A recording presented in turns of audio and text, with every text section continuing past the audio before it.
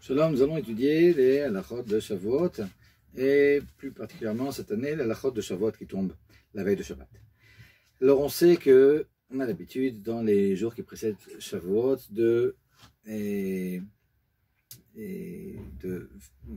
bénir chacun et ses amis qu'ils reçoivent la Torah besimcha ou bifnimiut, c'est-à-dire avec joie et profondément. La veille de Shavuot, le Rabbi nous dit qu'il y a quelque chose de semblable à Shavuot, de la même façon que Shavuot, quelque part, et le Rabbi Rayat nous apprend que le Yetzer Hara, il est vraiment mis en veilleuse et donc il est beaucoup moins intense que toute l'année. La veille de Shavuot, il y a aussi un petit peu ça et donc le Rabbi nous dit que c'est un moment propice pour prendre des bonnes résolutions quant à l'étude de la Torah et puis l'Avodat Hashem, c'est-à-dire le service divin, et les mitzvot, etc. Et la veille de Shavuot, c'est important de donner spécialement plus de tzedaka, de la même façon que la veille de Shabbat, donne la tzedaka pour le jour en question, puis pour le lendemain aussi, puisqu'on ne peut pas donner de tzedaka le Shabbat. Alors cette année où la veille de Shavuot, c'est un jeudi, alors on donnera encore plus de tzedaka, parce qu'il faudra donner pour jeudi, pour Shavuot, et puis pour Shabbat qui est le lendemain. On sait que le minhag Chabad, c'est de ne pas se couper les cheveux, et pendant le Homer, même après l'Ag BaOmer, jusqu'à la veille de Shavuot. Mais la question se pose, est-ce que la nuit de la veille de Shavuot, c'est-à-dire mercredi soir cette année, on peut ou pas se couper les cheveux? Et c'est vrai que dans les livres Chabad, le sujet n'est pas vraiment traité. Il y a un biur halakha comme ça qui dit d'attendre d'Afka de la journée. A priori, il y a une bonne raison d'attendre de la journée. Parce que la raison pour laquelle on ne se coupe pas les cheveux jusqu'à la veille de Shavuot, c'est parce que, bon, on craint l'avis selon lequel, vous savez qu'il y a plusieurs avis chez les Rishonim, à savoir quand est-ce que les élèves de Rabbi Akiva sont décédés. Est-ce que jusqu'à l'Ag BaOmer, ou bien pendant tout le Homer, mais les jours on ne dit pas Tachanoun, ils ne sont pas décédés. Mais d'après cet avis-là, donc ils sont décédés aussi la veille de Shavuot. Et la raison pour laquelle on se coupe les cheveux la veille de Shavuot, c'est parce que de la même façon que l'Ohaleno, quand quelqu'un est chef Shiva, le 7e jour, on dit Miksat Hayom Kekulo, puis le matin du 7e jour, il peut se lever. Ben là, c'est la même chose, la veille de Shavuot, à partir du moment où le jour est arrivé, ben, il y a eu un petit peu du jour déjà de veloute, et puis c'est tout après, on peut se couper les cheveux.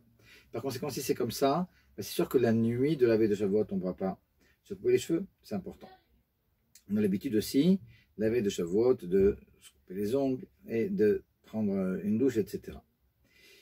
Et le Admor Zaken nous apprend qu'il y a un danger la veille de Shavuot de faire une saignée, donc aujourd'hui ce serait une prise de sang, et ça vient du fait que Chazal nous dise que juste avant Shavuot, lors de Matan Torah, ben, il y avait comme ça un roi, il y avait un ange qui accusait, il disait que si les Bnei Israël ne reçoivent pas la Torah, alors ceci et cela, c'est l'Oneda. Alors par conséquent, il se passe quelque chose, il y a une certaine tension, et ce jour-là, c'est pas le moment de faire une prise de sang. Évidemment, si on n'a pas le choix, c'est important, on doit donner du sang à quelqu'un, etc. Alors on le fait. Ouais. Mais si on a la possibilité de repousser une prise de sang et de repousser une opération aussi, on repoussera. Eruv Tafshilin, vous savez que Eruv Tafshilin, c'est le fait de préparer la veille de Shavuot, enfin la veille de Yom Tov, qui tombe elle-même la veille de Shabbat, de préparer des aliments déjà la veille du Yom Tov, ouais, lorsque on a Yom Tov qui est un vendredi, et puis le lendemain, donc c'est Shabbat, dans certaines conditions, on pourra cuisiner et préparer toutes sortes de choses depuis Yom Tov, depuis le vendredi, pour le Shabbat. Mais ça, c'est uniquement si on a déjà commencé cette chose-là. Et on le commence en cuisinant quelque chose le jeudi, quelque chose pour le Shabbat. Donc le minhag, c'est de préparer une challah d'au moins un kabetza, c'est-à-dire au moins 56 cm3, donc c'est pas très grand, et puis au moins un kazaït, c'est la moitié d'un kabetza d'un plat important, le Admor Zaken nous dit de la viande ou du poisson. Donc on a préparé ces deux aliments. A priori, on fait ça pour donner la possibilité aussi à tous les gens de la ville qui ont oublié de le faire, de pouvoir aussi préparer de la nourriture de Shavuot un Shabbat. Par conséquent, a priori, la meilleure des choses, c'est, encore une fois, pour pouvoir faire profiter tous les gens qui s'entourent, de demander à un voisin de venir chez nous, et on lui dit, regarde, avec cette challah et cet aliment ici, maintenant que j'ai commencé à cuisiner, je vais permettre à tous les gens de la ville de se reposer sur mon héros pour qu'il puisse aussi cuisiner de Shavuot jusqu'à Shabbat. Et l'ami en question, il soulève d'un tefar, c'est-à-dire 8 cm en moins, les aliments en question. Et alors après, on fait ce qui s'appelle le Eruv Tafshilin, à proprement parler, c'est-à-dire la bracha, et puis le Nusach, et qui nous dit, grâce à ces choses-là que j'ai préparées, alors je pourrais préparer du pain, enfin quelque chose au four, je pourrais cuisiner, je pourrais faire ce qu'on appelle une natmana, c'est-à-dire quelque chose comme ça sur la plaque avec couverture au-dessus, je pourrais allumer des nérotes, je pourrais faire tout ce dont j'ai besoin depuis Shavuot jusqu'à Shabbat. Donc c'est ce qu'on dira, et avec ça on a préparé le Eruv Tafshilin. Le Eruv Tafshilin en question, on devra évidemment le garder jusqu'à Shabbat. Si on n'a plus le Eruv Tafshilin, on l'a mangé, et le jour du Yom Tov, eh ben, c'est déjà trop tard après pour pouvoir faire quoi que ce soit pour Shabbat. Donc ces deux choses-là, on les garde, on fait attention à ne pas les mélanger avec les autres aliments. On les garde et puis on les mangera pendant Shabbat. Alors la viande, on la mangera Shabbat quand on veut. Puis la challah, c'est bien d'utiliser pour plusieurs mitzvot.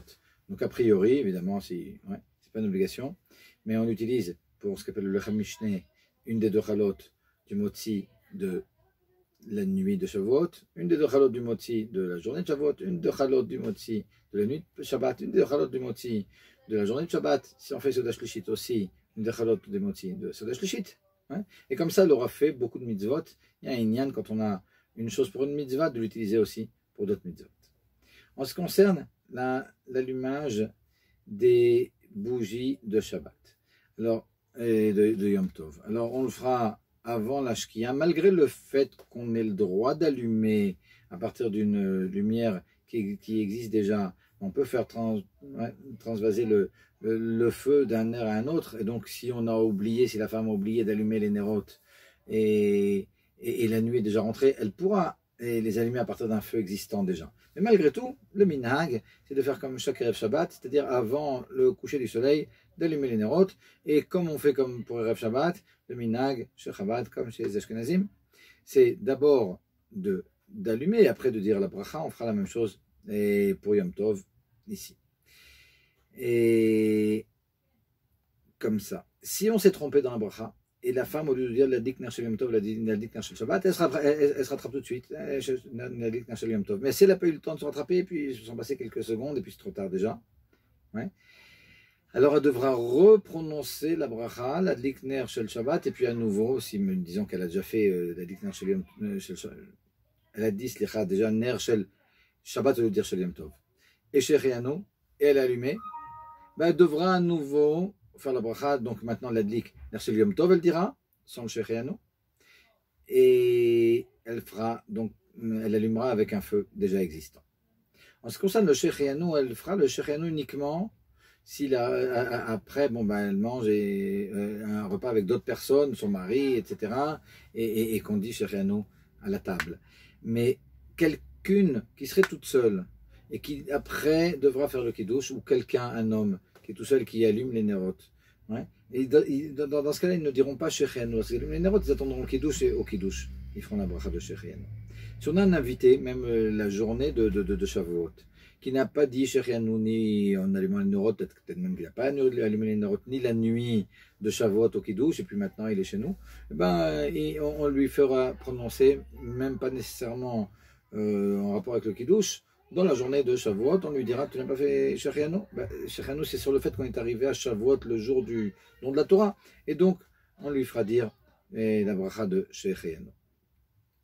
Il y a un inyan, le jour de Shavuot, de dire Areni mikabel alay al Torah, je reçois sur moi le joug de la Torah.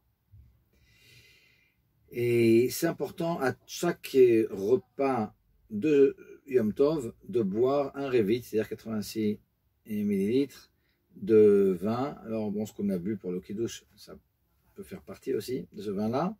De toute façon, de boire encore un peu pendant le repas, et ça pour tous les repas de Yom Tov, c'est important. On sait que la nuit de Shavuot, on étudie, et on sait aussi qu'il y a une grande zgoula d'étudier, puis celui qui étudie toute la nuit de Shavuot et sans s'endormir un instant, on lui promet qu'il n'aura pas de problème majeur toute l'année Bezrat Hashem.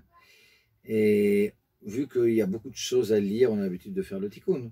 On n'est pas obligé d'attendre d'être à la Beth Knesset et la nuit pour commencer le limoud. On peut le faire aussi à partir du moment où la nuit est tombée, avant le repas, après le repas, avant d'aller à la Beth Knesset. On peut déjà commencer.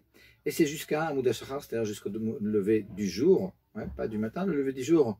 D'après le Grach Na'eh, c'est 2 heures avant le lever du soleil. On a l'habitude, avant ce moment-là, avant donc le Amoud HaShachar, et d'aller au mikvé. Et après, on ne va pas directement prier, on rentre à la maison, on dort un peu, et puis on prie après avec, en étant dispo. C'est bien quand on se lève à nouveau avant d'aller à la Beth Knesset, d'aller à nouveau au mikvé, il y en a qui le font, c'est sûr que c'est une bonne chose. Et on sait que normalement, à partir de Amoud HaShachar, si on veut commencer à étudier, on dira d'abord toutes les Birkot HaShachar, y compris Birkot HaTorah. Si on est au milieu du limoud, comme le Rabbi quand il fait une longue Hitva Hadout et arrive à Amoud HaShachar, il ne va pas s'arrêter. On peut continuer malgré tout.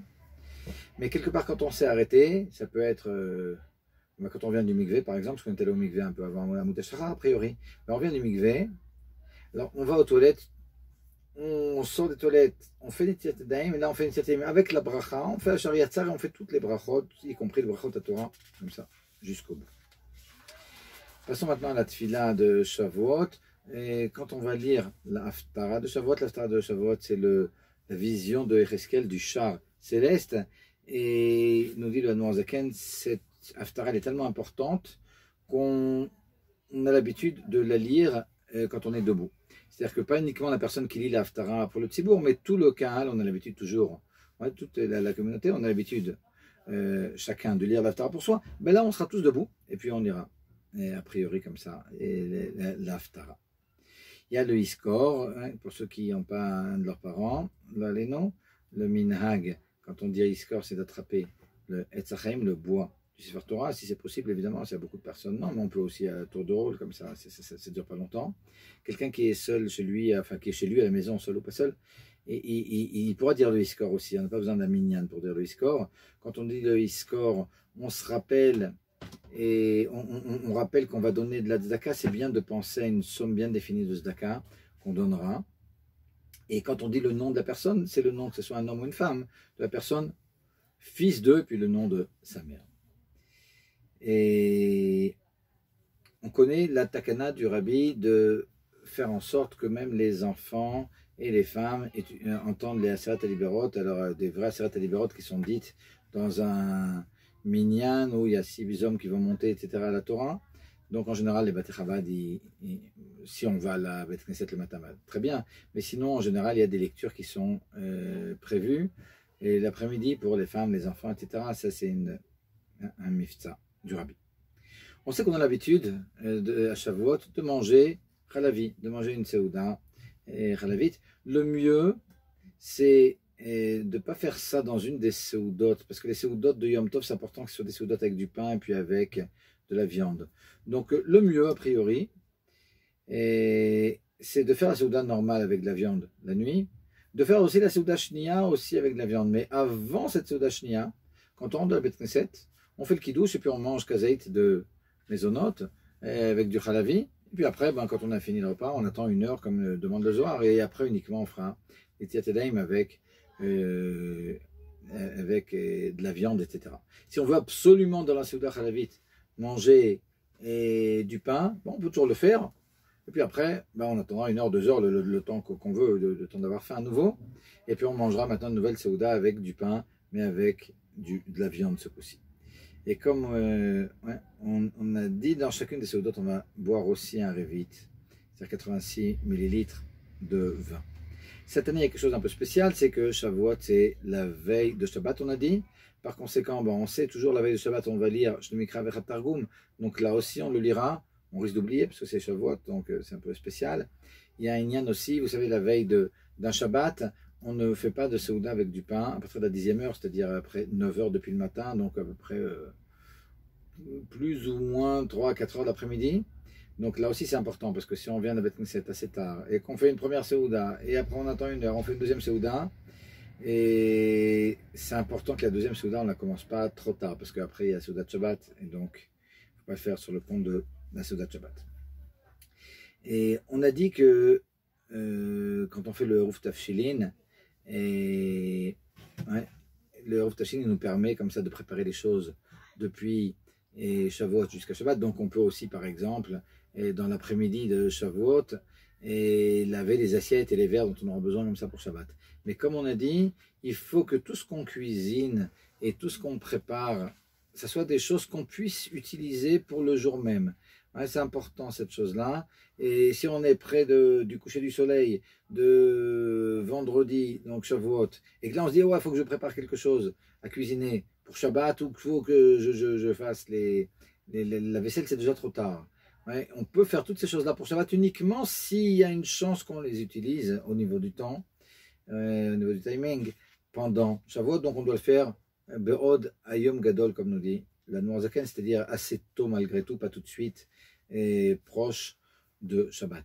Dernier point, quand on fait Mincha, vous savez que Mincha de la veille de Shabbat, notre Minhag, c'est de faire Odou, puis après Patach Eliyahu, etc.